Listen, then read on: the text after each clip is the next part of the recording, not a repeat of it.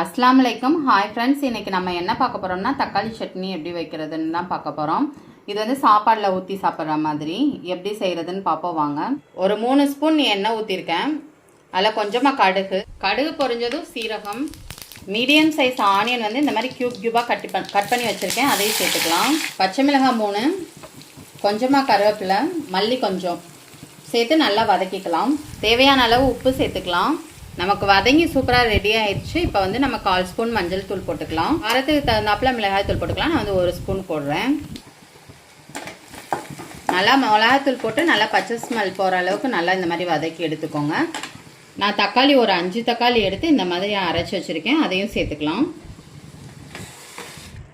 தண்ணி ஊற்றி சேர்த்து கொதிக்க வச்சுக்கலாம். பாருங்கள், சூப்பரான சுவையான தக்காளி சட்னி குயிக்காக ரெடி ஆயிடுச்சு. ரொம்ப ரொம்ப சிம்பிள். நமக்கு ஒரு மாதிரி டயர்டாக இருக்குன்ற தோன்ற நேரத்தில் குழம்பு வைக்க பிடிக்கல அப்படின்னு யோசிக்கும் போது நம்ம இதை வந்து குயிக்காக பண்ணிடலாம். டேஸ்ட்டாகவும் இருக்கும். சப்பாத்தி, சாதத்துக்கு, தோசை, சப்பாத்தி, இட்லி எல்லாத்துக்குமே சுவையாக இருக்கும். ரொம்ப ரொம்ப சூப்பரான சைட் டிஷ் இது. நீங்களும் ட்ரை பண்ணி பாருங்கள். Thank you friends.